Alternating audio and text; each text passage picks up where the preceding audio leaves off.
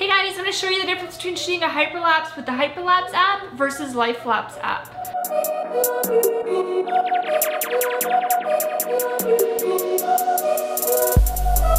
So there are 4 benefits to shooting your hyperlapse within Lapse versus using the Hyperlapse app. The first one being is when you shoot a hyperlapse with the Hyperlapse app, every time you take a step, it'll be very jolty, and you'll see this in the walkthrough that I'm doing with the Hyperlapse app.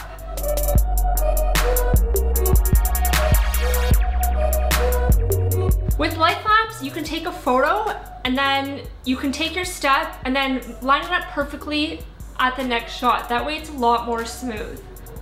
The second benefit to shooting a hyperlapse video using Lapse is using the grid and the ghosted image feature, and this will help you keep your object aligned in each shot so it doesn't get that very jolty feeling like the Hyperlapse app does.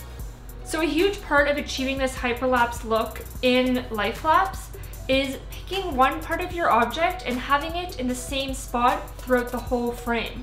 So for example, on this video, I made sure the top of this structure was always hitting that line on the grid. We are going to come out with more grid options, so there's more flexibility there. I do realize it's slightly frustrating that there's not a marker right in the middle, and hopefully create custom grids for you guys.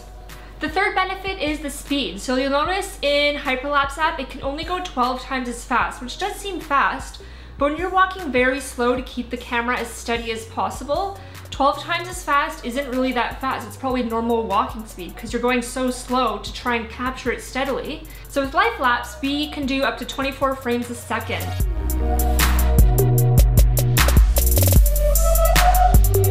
The last but not least, fourth benefit of shooting with Lapse versus the Hyperlapse app is you can go into your images after you've taken them and realign them. And the cool thing is it has the ghosted image feature here, so you can add the layers of either the previous image in the project or the first image in the project. So for this one, I wanted the top of the structure to always hit that one line. So I made sure all the images after that were aligned with that first image, because I knew that first image was perfectly aligned. This does kind of seem like a manual process, but you'd be doing it in Photoshop anyways, so Lapse does save you a bunch of time there. This literally took me less than 1 minute just to realign all the images. And there's only 13 photos, so it didn't take me too long at all. Just editing the video and realized there's actually 5 benefits and not 4 to using Lapse versus Hyperlapse, and I realized I said the word lapse probably 100 times in this video. So the 5th benefit is all the features in the player. So you can boomerang it, you can add music, filters, and you change ratio.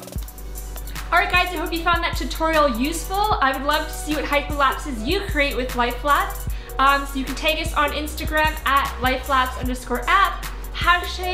#Lapse, and please subscribe to the YouTube channel so you can see more of these tutorials.